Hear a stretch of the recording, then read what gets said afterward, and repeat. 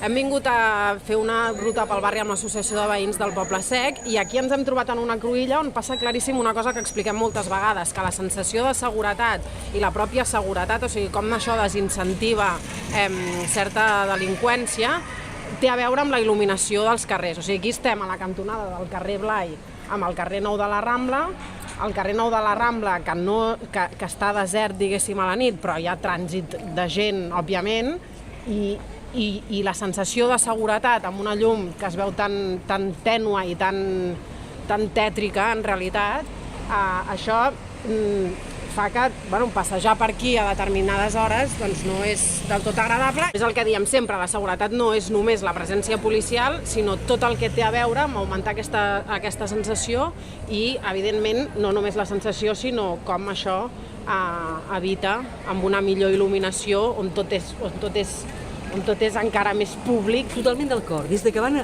fer les voreres més amples, van anar en detriment de l'enllumenat del carrer.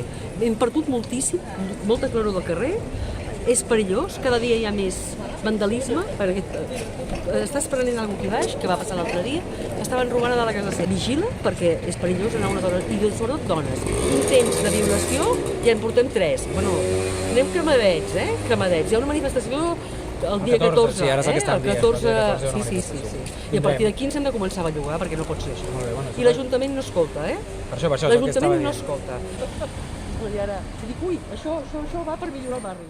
Com veieu, al barri la gent està enfadada perquè el dels problemes que hi ha en aquest barri no són problemes extraordinaris, són problemes de base, i quan intenten solucionar-los, quan s'organitzen, quan les associacions de veïns s'organitzen, quan les associacions de comerciants s'organitzen, el que es troben a l'Ajuntament és un mur infranquejable. El Poble Sec és un barri molt especial, és un barri que està al mig de moltes de les forces que defineixen Barcelona, el Paral·lel, el Port, la muntanya de Montjuïc. Són zones de Barcelona que tenen una intensitat, un ús intensiu que és molt particular i que demana d'unes solucions específiques. I com que és un barri que no està en l'encreuament dels mitjans de comunicació, és un barri que aquesta administració el té profundament abandonat.